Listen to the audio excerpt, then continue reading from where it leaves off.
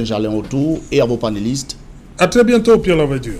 Merci à vous aussi. Bon week-end. Voilà, la suite donc sur ce plateau, nous sommes toujours là, madame, monsieur. Emmanuel Mahop, Hermine Maïs, Sage Pensi et Charles Mongué-Mouyemé. Voilà, Hermine Pensi, Hermine Maïs, voilà. Je sais pas. Oui, mais ça pourrait donner quelque chose. Hein. Ouais, ça pourrait donner quelque chose. Ça sonne même bien. Absolument. Hein. Voilà, Hermine, pendant le journal, les sanctions sont tombées, justement. On parlait d'impunité tout à l'heure. La FECAFOOT a réagi à travers une de ses chambres. Voilà, les champions. Et le président du Nisport, on commence par lui. Oui, et le président du Nisport, toujours à la suite de cette déclaration aussi. En fait, vous savez, c'est quand même incroyable. On était mercredi, aujourd'hui nous sommes rendus à pratiquement 48 heures plus tard qu'un acteur majeur de ce championnat, sinon du football camerounais aujourd'hui, en tant que président de l'Unisport du Yonkam, quand même l'une des équipes mythiques du football camerounais, a fait ce genre de déclarations, des déclarations fortes dans lesquelles, voilà, il disait avec beaucoup de précision un certain nombre de manquements observés, notamment le fait que certaines équipes aient été choisies au départ pour l'accès en l'accession en première division. La deuxième des choses, le fait que des matchs soient tronqués et arrangés pour pouvoir favoriser un X ou un Y. Et je m'étonne que rendu à ce moment aujourd'hui, l'on n'est pas encore non seulement interpellé au niveau de la commission, le président de foot de l'Unisport, que la SEC soit muette. Vous vous rappelez quand même que le président de Rangers avait osé à une certaine époque, voilà, dire qu'ils étaient d'une certaine manière infantilisés parce qu'on leur demandait les justifs. Voilà. On a vu cette réaction rapide, une dextérité vraiment terrible pour pouvoir sanctionner ce dernier et même l'exclure de la SEC parce que selon ces derniers, et ça rejoint justement ce que Charles disait tout à l'heure quand il parlait de protection ou de complaisance vis-à-vis d'un X ou d'un Y, parce que on ne comprend pas jusqu'à présent comment pour de propos aussi seraient aussi graves, parce qu'il a dit qu'il n'a peur de personne, il n'a plus peur,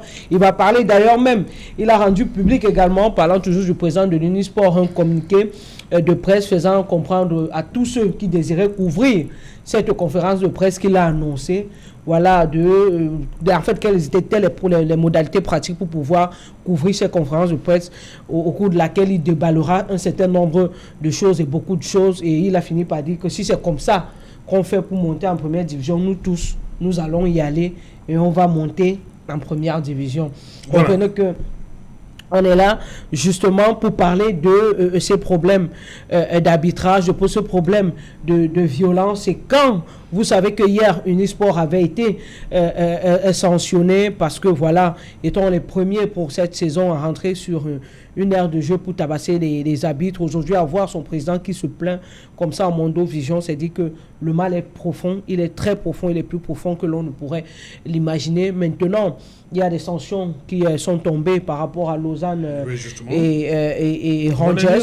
Vous les lirez certainement, mais elles sont assez conséquentes, sinon très graves même aujourd'hui pour notre football. On va également essayer à nouveau de s'interroger sur le comment et le pourquoi de ces pareilles sentences, et si oui, est-ce que la solution aujourd'hui pour pouvoir en finir avec ces actes de violence que l'on observe. Justement, on a condamné Lausanne, le club AS Lausanne, exclu de toute compétition organisée par la FECAFOOT pour une durée d'1 an à compter de la présente décision. La décision est signée le 28 avril. Condamne également au paiement de 10 millions de francs CFA. Voilà, dit que AS Lausanne perd par pénalité le match l'ayant opposé à Rangers pour le compte de la 25e journée du championnat MTN. Elle est tout et perd 3 points sur son classement, marque 0 but pour et 2 buts contre. Charles. Oui. Ça allait vite, hein? Oui, les enquêtes sont allées très très vite, je crois. Avant ça, il y a même aussi la suspension du coach Sauzé. Voilà, justement. Noufessi, voilà. Noufessi, Samuel Cyprien. 5 ans avec une amende de 5 millions. La suspension des joueurs, également Yannick 2 joueurs. Ngono Edou et Adrien Jordan Nietzsche. Voilà. Toute compétition pendant 2 ans à compter de la présente décision. Les enquêtes sont allées très très vite. Ouais, c'est allé trop vite. Oui, c'est-à-dire qu'en Une seule 48 journée, on a- parce que c'était hier. Signé Oui, hier. je dis qu'en 48 heures maximum, on a déterminé les responsabilités, les culpabilités, etc. Allé trop vite. C'est allé, je ne sais pas si on a donné la parole à ceux qu'on incrimine, etc. Il y a ce qu'on appelle parfois des mesures conservatoires. Mais les mesures conservatoires sont souvent relativement limitées pour laisser à l'instance le soin de terminer les enquêtes pour maintenant frapper véritablement. Alors, la décision ne nous dit pas 1 an de suspension. Quand ils reviennent, ils sont dans quelle division? En première division ou ils descendent automatiquement?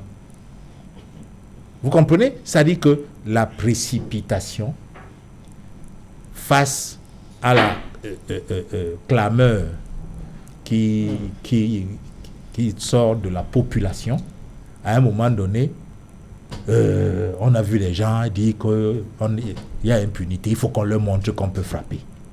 C'est de la réaction. Et ça me conforte que je suis au Cameroun. On réagit à chaque fois. Dès qu'on a entendu un truc dans les réseaux sociaux, allez, il faut qu'on montre que ces gars-là n'ont pas raison. Ils ont dit, Mao pas dit à la télé que non, il faut qu'on montre. Ils réagissent par rapport à... Mais bien sûr. Dites-moi si vous êtes une fédération sérieuse. Oui. Ce qui s'est passé à Yaoundé, Lausanne n'a pas de stade. Lausanne se trouve sur un stade qui est pour tout le monde. Vous comprenez? Si vous avez des joueurs ou des entraîneurs de Lausanne qui ont touché à l'arbitre, là maintenant les instances disciplinaires, il n'y a pas de problème. Mais le public qui a intérêt à ce que Lausanne soit sanctionnée, il faut poser ce type de questions. Ce n'est pas forcément le public de Lausanne qui viendra faire du désordre. Si moi, Lausanne est mon concurrent et j'ai intérêt à ce que on sanctionne Lausanne, moi, je fais du désordre, on sanctionne Lausanne. Et moi, c'est à mon bénéfice. C'est pour ça qu'il faut faire des enquêtes. Et vous ne me dites pas qu'en 48 heures, ils ont fouillé les vidéos, ils ont lu les rapports de délégués, ils ont même des inspecteurs de match dans les gradins, non? Exactement. Qui sont des inspecteurs des arbitres et tout ça. Et tout. Et qu'ils ont épluché tous ces... est-ce qu'ils ont questionné les mises en cause, etc. en 48 heures pour sortir une décision lourde? Je ne dis pas de ne pas sanctionner. Il faut très bien comprendre, je suis contre l'impunité de façon verte. Mais je dis, la sanction doit être proportionnelle et après avoir écouté les parties. Le principe du contradictoire, là, il est important. Parce que certaines choses peuvent vous échapper. Est-ce qu'on a entendu l'arbitre lui-même? Est-ce qu'on a entendu le délégué du match? Est-ce qu'on a entendu les inspecteurs des arbitres? Est-ce qu'on a entendu les gens même de la fédération qui certainement étaient dans les gradins? Parfois, on vous dit que peut-être que le secrétaire du CTFP était même là, il regardait le match, etc., etc. Est-ce qu'on a entendu tout le monde? Moi, je pense qu'on devait prendre des mesures conservatoires. Quand on met les sanctions financières, elles reposent sur quoi? Quand on est champion au Cameroun, on gagne combien? C'est la moitié de ce qu'on gagne, non? Ça, c'est pour la Ligue, la première division même. Hein. C'est ce que je dis. En première division, quand on est champion, on a 20 millions. Non, 50 millions, je crois. C'est pas ça, c'est pas 50 millions, Charles. Bon, et les champions ont déjà reçu cet argent? Pas encore. Donc, quand on sanctionne comme ça... Reçu là, non? Il a reçu. Pas encore. Il a reçu. Non. Moi, ce que je veux, que on y ait... Mais si vous dites qu'ils ont reçu, Je te dis qu'il a reçu. vous voulez qu'on en parle là? Mais je dis qu'il a reçu. Qui est le champion? Oui. Emile Maï, vous dites? Coton Sport n'a pas encore Coton reçu. Sport a reçu. Ça, Je le dis et je prends ça sur moi. Si je n'ai Je pas te demandé. dis que Coton Sport a reçu son enveloppe. Son enveloppe. Voilà 50 quelqu'un de millions. Coton Je Sport. dis, il n'a pas Lui, il sort de Garoua. Il n'est pas informé. Je lui dis que Coton Il n'a Sport. même pas encore répondu. Je le regarde là et je lui dis que Coton Sport a reçu. Mais Appelle le président de Coton à la fin de l'émission, tu lui demandes. Ils nous suivent et ils nous répondront. Oui, ils là. vont répondre. Ils vont répondre là tout de Voilà, suite. ils ont reçu. Et s'ils n'ont pas reçu? Ils ont reçu. Qu'est-ce qu'Emmanuel dit?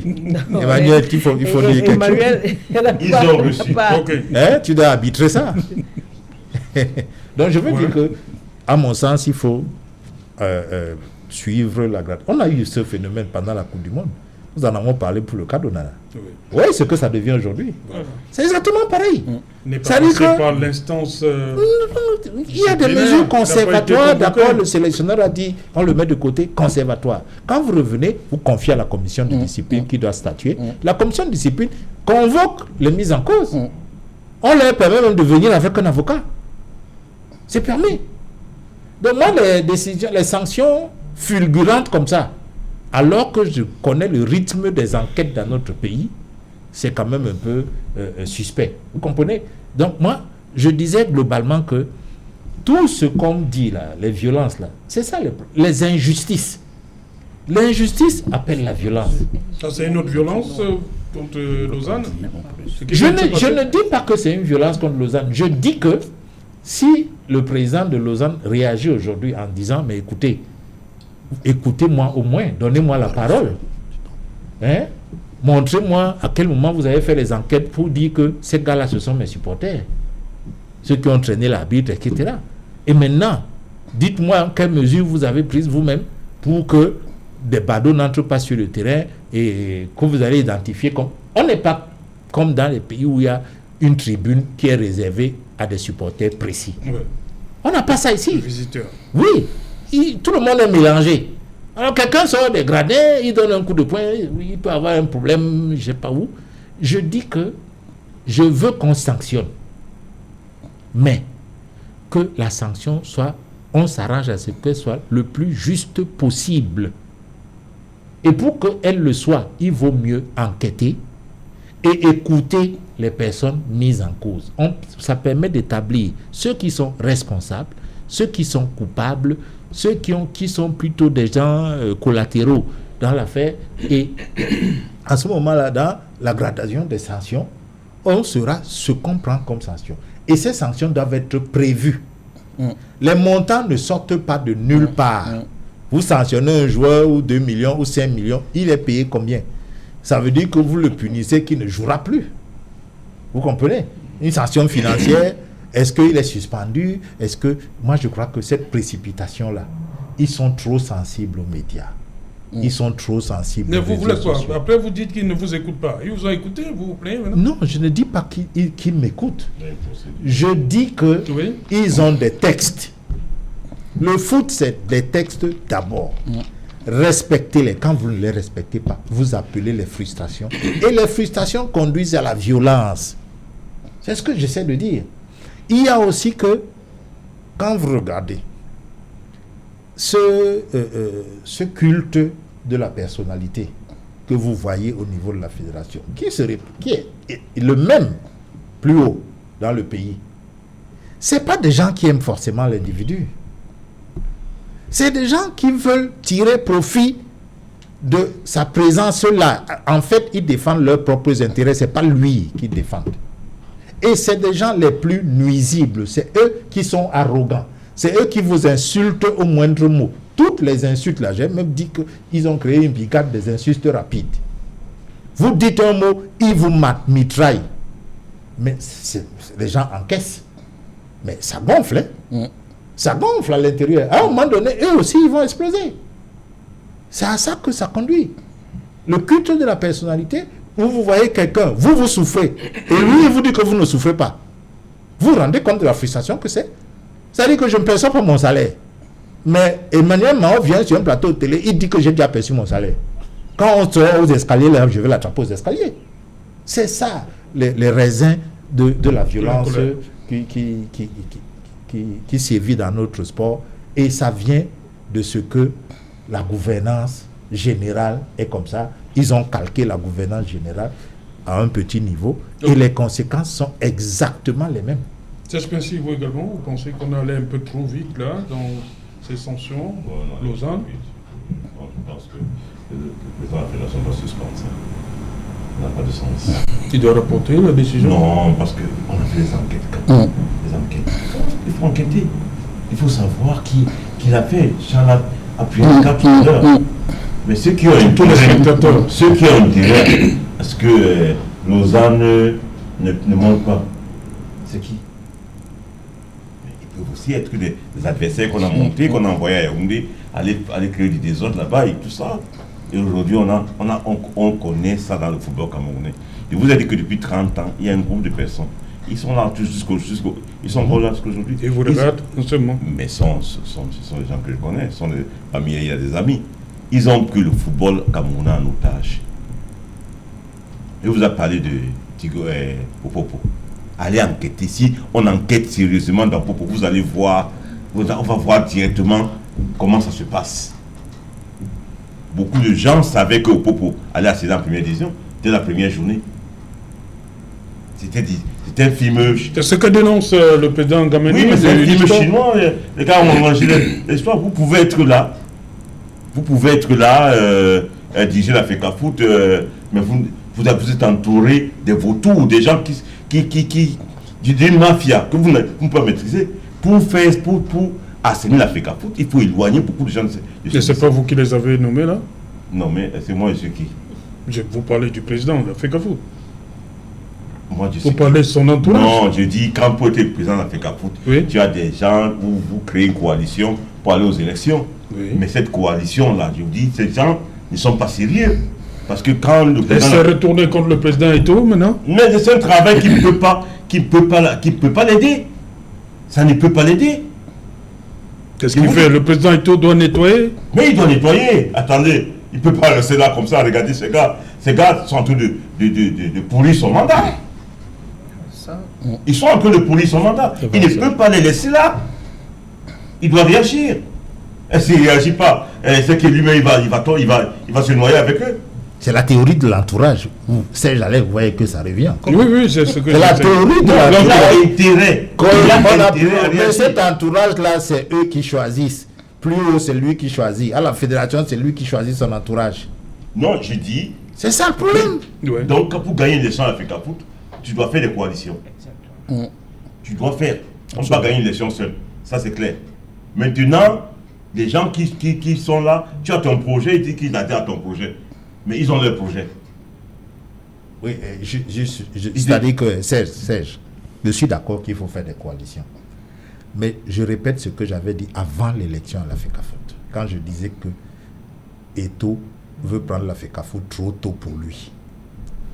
Quand on s'appelle Samuel Eto'o, qu'on est de tu à toi avec le président de la FIFA, avec le président de la CAF, on a saigné d'abord avant de mettre sa candidature.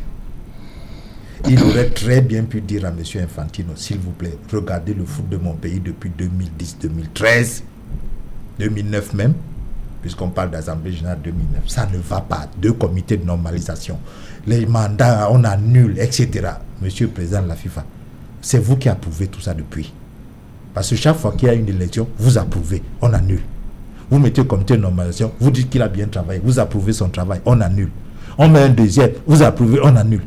Monsieur le Président, mettez de l'ordre dans mon pays. Il pouvait demander ça à Infantino avant de poser sa candidature. Vous ne pouvez pas venir dans un tel désordre. Quand vous avez cette notoriété mondiale, la mettre dans la boue. Vous ne pouvez pas. Aujourd'hui, ce qui arrive est conséquent. C'était prévisible. Il fallait nettoyer. Il y a des gens là qui doivent plus être là, comme il disait tout à l'heure, depuis longtemps. C'est-à-dire qu'ils ont fait des déclarations publiques qui les condamnent à ne plus être dans le milieu du foot, à ne plus s'occuper de la jeunesse. Mais ils sont là. Ils restent là, ils sont présidents de club, ils sont dans les commissions, ils sont partout. Pourquoi vous voulez que ça avance? Ça vous voulez faire du nouveau avec des vieilles qui sont percés? Non. Vous voulez faire quelque chose. On parle des arbitres là depuis. Nos arbitres là, ils ont des oreillettes même au stade. Non, je pense pas qu'il y en a. Quand vous dites qu'ils se trompent, l'assistant peut te parler. Absolument. Mais même les oreillettes, les simples, je ne demande pas la VAR. En finale seulement, en finale de Coupe du Cameroun. Franchement, moi je regarde souvent un match là, je ne vois pas. En finale de Coupe du Cameroun. Il y a des rencontres de football où on retrouve des arbitres avec des oreillettes, mais pour le moment, ce n'est pas effectif. C'est-à-dire, ce n'est pas tous les arbitres qui les ont. C'est tellement là-dessus qu'il faut travailler. Même la petite mousse pour tracer la ligne blanche, positionner le mur et le ballon, etc. Commençons quelque part. C'est vrai que ils se trompent, mais ils n'ont ni conversation avec leurs assistants. C'est difficile. Et c'est d'ailleurs le problème qui s'est posé en finale de Coupe du Cameroun. Hein, il y a l'assistante qui pense qu'elle peut lever le drapeau, etc. Il y a la centrale. Justement, s'il y avait une complication, je pense qu'il n'y aurait jamais eu ce genre de problème. Bien sûr. Mais moi, j'ai envie de dire quelque chose, peut-être le temps de l'émission. Oui, allez-y, Emmanuel. Vous me tendez la perche. En toute honnêteté, nous, on a été de ceux qui ont soutenu Samuel. Et d'ailleurs, qui continuent de le soutenir, même si ça va mal. Non, si, je continue. Moi, je suis loyal dans mes choix. Mais j'ai envie de regarder la caméra. Je me pose certaines questions. D'ailleurs, Serge, je ne voulais pas le dire, mais en toute honnêteté, je peux vous rassurer que le coton soit le gars n'a pas perçu son argent encore. Vraiment, ça, je ne voulais pas le dire. Non, je vous le dis, par devers moi. Non, tu n'as pas l'information. Je vous le dis. On va discuter de ça. Je vous le dis. En passant, c'est moi qui ai la parole. Mais autre chose, moi, j'ai l'impression, vraiment, on semble dire... Moi, j'aurai la bonne information. On semble le dire peut-être de manière légère, mais on a l'impression que le président Samuel Eto'o, en toute honnêteté, il va droit dans le mur. Vraiment, il va droit dans le mur. Tu le dis, Charles, Serge, tout le monde. Il faudrait qu'il se ressaisisse. Sinon, ça risque d'être la catastrophe. Et moi, j'ai l'impression même que c'est peut-être fait exprès. C'est fait à dessein, peut-être pour nuire à son mandat, pour démontrer aux yeux du monde qu'en réalité, ben voilà, le Messie qu'on attendait n'est pas en réalité celui-là. Parce que les décisions, justement, qui sont prises à la hâte comme ça, vraiment, limitons-nous à ça. Ouais. Et on parlait d'impunité tout à l'heure, à l'entame à la première manche de l'émission. Ben évidemment, on nous prend un communiqué, justement, qui suspend de la sorte. C'est vrai qu'il y a eu du grabuge, c'est vrai qu'il y a eu une risque, c'est vrai qu'il a failli avoir mort d'homme, mais les questions qu'on doit se poser, en 48 heures, on se pose la question, parce que la typologie, si elles ont été vraiment posées. Est-ce que les coupables ont été identifiés comme ceux de Lausanne? Est-ce que le coach a été identifié, etc., etc. Et il dit autre chose qui est très pertinente. Lausanne, justement, n'a pas un terrain où ce club reçoit les matchs. Ça veut dire, je prends un exemple, s'il y a du grabuge à Marseille au Vélodrome, forcément, c'est les Marseillais. Donc, ceux-là, les tifos de Marseille, etc.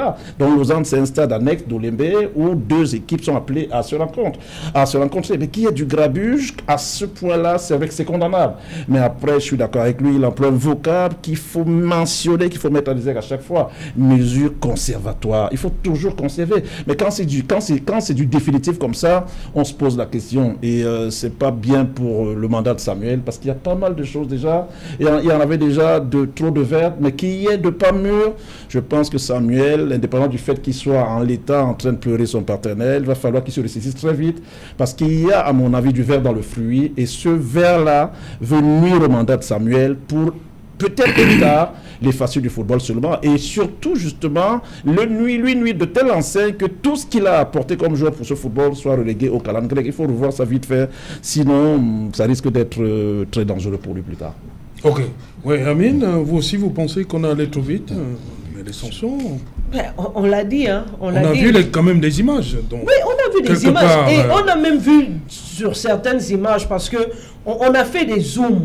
Oui. Vous regardez, au moment où on tire même, à l'estrade qui mène vers le vestiaire, la bite, ce sont les joueurs de Lausanne qui protègent la ceinture de sécurité. Voilà. Depuis le stade jusque dans les vestiaires, ce sont des joueurs de Lausanne qui sont bien identifiés. Ils sont en maillot encore. Alors, maillot, identifié encore en maillot, qui protège la bite. On voit même, sur la même vidéo, on voit même un joueur de Lausanne pousser violemment un supporter. Comment est-ce que l'on a fait? Mais là, vous battez en brèche ce que Charles vient de dire. Donc, vous dites que les supporters... On a dit, j'ai pas dit supporter, j'ai dit un supporter. Qui supportait qui? Non identifié, justement. Moi, je sais pas. On l'a dit, on est du côté de l'annexe de l'Olembe. Oui. Il est ouvert. Vous savez, aujourd'hui, dans les communautés, même, je sais pas, si c'est parce que Lausanne, aujourd'hui, a peut-être la malchance d'être un club qui appartient à un seul individu. Parce que je me pose la question, si ça avait été un club mythique, communautaire, comme on dit. Voilà, si ça avait été un club mythique, est-ce qu'on serait allé aussi rapidement pour dire que voilà la sanction? Parce qu'il faut peut-être dire les choses comme ça et essayer de comprendre ce qui pourrait. Oui, les arbitres ont été véritablement tabassés et ça, on l'admet pas. Mais dans le process qui mène justement aux différentes sanctions, est-ce que l'on a tenu compte de tous les paramètres? Parce qu'on dit, vous savez, aujourd'hui, quand vous allez dans les stades, c'est Alain, pour ceux, parce que, et même à ce niveau-là, peut-être qu'il faut encore que l'on interpelle. Vous allez souvent au stade, ceux qui sont un peu organisés, parce que c'est du ressort généralement. En fait, il n'y a que des équipes mythiques qui sont très bien organisées. Vous voyez, quand la Dynamo arrive et met sa banderole pour bien spécifier que ici, voici notre stade ici. Mais tout le monde ne le fait pas. Surtout dans les stades congolais, mais beaucoup ne le font pas. Or, il revient au-delà des clubs, il revient au coordonnateur des stades à qui est confiée cette tâche-là de pouvoir bien spécifier chaque cadre dans lequel les supporters devraient s'asseoir. C'est-à-dire, si vous êtes supporter de Rangers, voilà votre côté. Si vous êtes un supporter de Lausanne, voilà le côté. Et c'est le coordonnateur qui monte ça en fonction de celui qui reçoit et du visiteur. Mais vous vous rendez compte aujourd'hui que dans certaines même de nos rencontres, c'est pas... on ne le fait pas. Vous avez des gens qui entrent au stade, ils paient un ticket et ils vont juste seulement comme ça. Généralement, quand c'est même spécifié où on dit non, ici c'est 1000 francs, ici c'est 2000, et vous allez trouver des gens qui ont réussi par, on ne sait pas trop par quelle alchimie, à se retrouver là où ils ne doivent même pas être. Il y a tellement à un moment donné du grabuge à ce niveau que vous posez même des questions. Et c'est pour cela que je le dis encore une fois de plus, c'est-à-dire essayer d'interpeller pour voir si on a identifié. Parce que quand vous regardez la vitesse avec laquelle ces sanctions sont tombées, vous comprenez que peut-être on s'est basé sur le rapport du commissaire du match. Oui. Uniquement parce que les uns et les autres ici ont posé des questions essentielles. Est-ce qu'on a pris le temps d'écouter les différentes versions, les inspecteurs, les coordonnateurs, les différents clubs, qu'est-ce qui s'est passé, les joueurs même, les entraîneurs, pour savoir véritablement, parce que quand on a pris aujourd'hui, bon, peut-être nous, on est loin, on a juste une petite vidéo, on n'est pas assez renseigné, voir le coach nous fait ci, à l'intérieur là, moi j'ai cherché partout, je ne l'ai pas vu, je ne sais pas à quel moment il a tapé l'arbitre, on ne sait pas, peut-être c'est lui, on a peut-être dit dans des enquêtes que c'est lui qui aurait peut-être, qui sait, envoyé des joueurs et ainsi de suite. Donc, enquête, il y a eu enquête? S'il n'y a pas eu enquête, comment on fait pour avoir ce genre de sanctions avec des noms spécifiés, bien déterminés et vous l'avez dit également, peut-être le rapport du commissaire de match. Donc vous comprenez que oui, il faut le faire, mais il faut également que cela respecte les canons prévus par le football, notamment les tests et les statuts dont parlait Charles tout à l'heure, parce que si on s'en éloigne dans le football, on court droit vers l'abîme, et je crois que c'est cet abîme-là qui nous conduit à ce que l'on voit aujourd'hui. Il y a des voies et recours qu'il faut employer aujourd'hui par rapport à un certain nombre de situations, notamment ces sanctions provisoires-là qui sont très souvent prévues, et après les enquêtes qui pourraient dégager un certain nombre de responsabilités et dire qui effectivement a eu justement tort ou raison dans cette affaire. Mais malheureusement, je pense qu'ils ont 5 jours, si je ne me trompe pas, c'est spécifié là, 5 jours pour pouvoir faire appel. On espère, parce que vous savez quand même aujourd'hui même, avec une commission de recours, même au niveau de la fédération. Ok, merci. Je dis des enquêtes, on doit absolument faire des enquêtes. Parce que les enquêtes ne vont pas seulement servir à ça, à sanctionner les coupables et tout. Les enquêtes vont aussi aider à trouver des solutions pour mieux encadrer les rencontres comme ça. Quand on voit comment le problème de l'organisme a été réglé dans les autres pays, ce sont les enquêtes qui ont aidé les gens à trouver des solutions. Que tu arrives aujourd'hui au stade, comme l'a dit tout à l'heure, on pourrait... Les gens vont de plus en plus en famille. Hein. Oui, de plus en plus en famille, mais vous êtes contrôlés. On sait exactement qui est assis à tel point, à tel point. C'est à travers les enquêtes qu'on a eu à penser, à dire, ok, on a eu ce problème, voilà les causes de ce problème, voilà, on n'a pas de réponse. Mais si on ne fait pas des enquêtes, on n'aura pas de réponse assez comme le président Kahn, il a sa place, non? Oui. Oliver Kahn, oui. Oui, non, il a sa place, personne ne s'assoit là. Non, personne ne s'assoit là-bas. Oliver Kahn. Il sourit souvent. Les titanes. Pas ces jours-ci, hein. Non, il a rarement souri. Ouais. Encore moins ces jours-ci, ils sont deuxième. J'ai la chance de vous avoir sur le plateau. Oui. Qu'est-ce qui justifie ce départ? Le débat de remplacement de l'entraîneur. Non, l'entraîneur du Bayern, l'ancien entraîneur. Oui. Le Bayern protège son vestiaire. Et il s'est mis en couple avec une journaliste du journal du Bild. Le Bild, c'est le journal de la polémique en Allemagne, c'est-à-dire que dès que vous avez un problème chez vous, tout est dehors. Merci. Et le Bayern a cru qu'avec cette journaliste, tout notre vestiaire sera dehors. Merci. Mais les résultats ne sont pas. Voilà. Oui, j'ai un paquet pour toi. Il s'agit de quoi? Mais je ne sais pas, tu vas l'ouvrir quand tu vas arriver à la maison. Il vient Moi, il vient du 19e arrondissement à Paris. C'est Jean-Ferrand Djoukoué, hein, un amoureux de cette émission. Il dit sa vie s'arrête quand... Sa vie active s'arrête quand l'équinoxe commence. Ouais. Donc tout s'arrête autour de lui. Il ne veut rien entendre. Personne ne doit l'appeler. Et donc, personne ne doit l'appeler. Il va regarder ses allers-retours et ses invités. Voilà, merci. Merci à vous, Emmanuel Maroc. C'est moi qui vous remercie. Merci de m'avoir convié à cet échange. Tous derrière l'Inter d'André Onana pour l'amener à remporter la Champions. Mais ça passe par les demi-finales. Mais dimanche, il y a championnat contre la Lazio. On espère qu'on va gagner et on prendra step by step les matchs. Voilà. Merci Emile pour vos éclairages. Merci beaucoup. Merci Charles. Voilà, madame, monsieur, nous sommes donc arrivés au terme de ce numéro qui nous sont. On se retrouve lundi à partir de 19h. N'oubliez pas, 18h Anabila, 20h JBB, Julien Berthe Bissaï.